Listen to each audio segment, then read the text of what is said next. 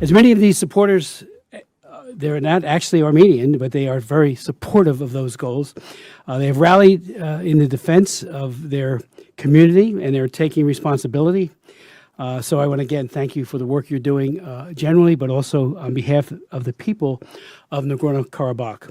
As many of you know, as the Soviet Union collapsed and the Armenian and Azerbaijan were among those countries emerging out of it, Armenians and Azerbaijanis fought a war from 1988 to 1994, driven in part by the fact that the boundaries of the new Armenian and Azerbaijani states did not correspond with the ethnic boundaries. At the end of the war, in which atrocities were committed, ethnic Armenians controlled an enclave within Azerbaijan. As we all know, it's known as Nagorno-Karabakh. Nagorno-Karabakh seceded from Azerbaijan, though that was not widely recognized, and the Armenians of Nagorno-Karabakh have defended it ever since, not permitting it to be integrated into Azerbaijan out of concern about what the government of Azerbaijan might do to them and their historical presence in Nagorno-Karabakh.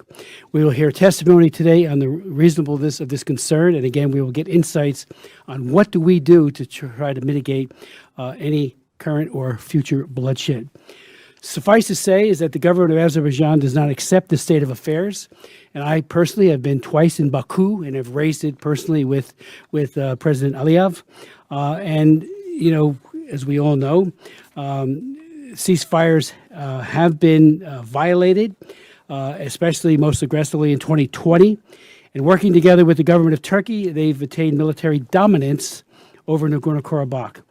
It has also repeatedly broken commitments, that is to say the government of Azerbaijan, to permit access to Nagorno-Karabakh, and for the past 7 years has permitted only basic medical necessities and humanitarian food supplies, with an evident intention to create a humanitarian crisis in Nagorno-Karabakh. The United States has engaged in attempts to find a peaceful solution in this so-called frozen conflict, along with the Russians and the French. But the process appears to be breaking down, and pressure is vastly ramping up on the Armenians to give way to Azerbaijan and its partner, Turkey.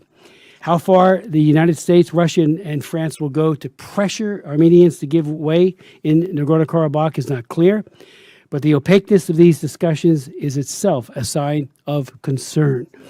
At this point, we don't want, in Nagorno-Karabakh today, we have a vulnerable small population surrounded by vastly larger and more powerful military forces of Azerbaijan backed by Turkey. Since 2020, Azerbaijan has been tightening a noose on Nagorno-Karabakh. Its forces have occupied much of the former territory and even territory of Armenia proper. The government of Azerbaijan has broken agreements, and it has made it much more difficult for people to get food and other goods in and out of Nagorno-Karabakh. So, as our government is leading discussions with Azerbaijan and Armenian leaders, we in the Congress have a responsibility to ask, where is all of this headed?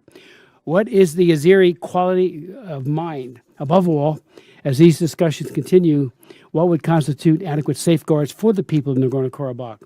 What is the administration doing to make sure that the capital is not starved into submission or ethnically cleansed?